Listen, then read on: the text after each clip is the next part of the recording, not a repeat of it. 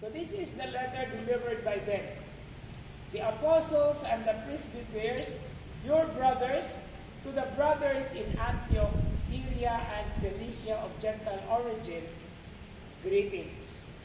Since we have heard that some of our number who went out without any mandate from us have upset you with their teachings and disturbed your peace of mind.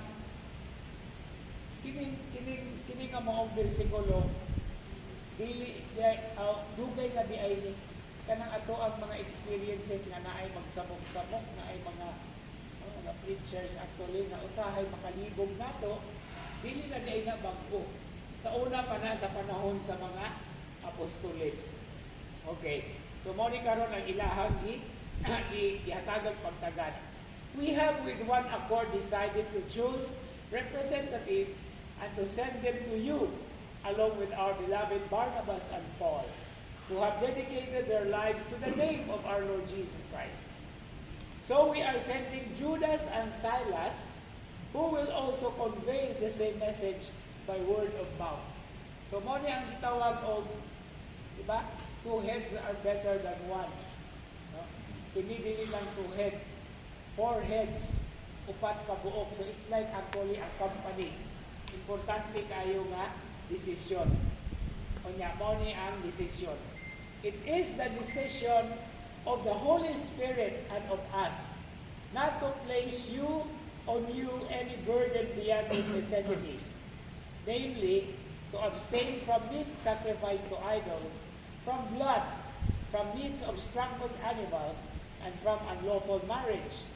If you keep free of this, you will be doing what is right. Farewell. Okay. So, ang gitugot, no, wala na tong circumcision. If you are circumcised, you will become Jews, actually, in that context.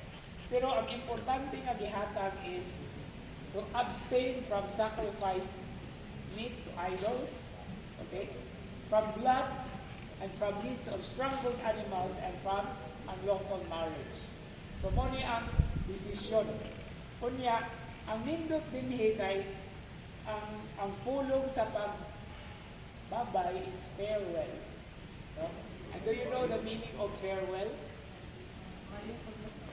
O maayong paglangaw ko dito. Farewell. Well is maayo. Fair is maayong pagpahigayon. Okay? So maayong pagpahigayon sa mga hagit o sa mga pagtulungan. Muna meaning sa farewell. Ha? Farewell. Muna buhatod sa ang habilin ka ng ngayon. Kana magong goodbye. Okay, maayo man nakapagbiya. No?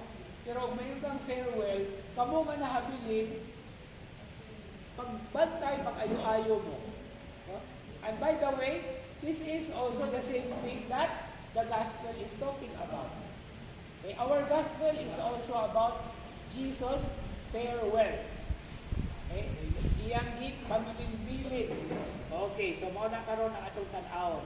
Now, let's take a look into the responsorial psalm. Now, ang responsorial psalm,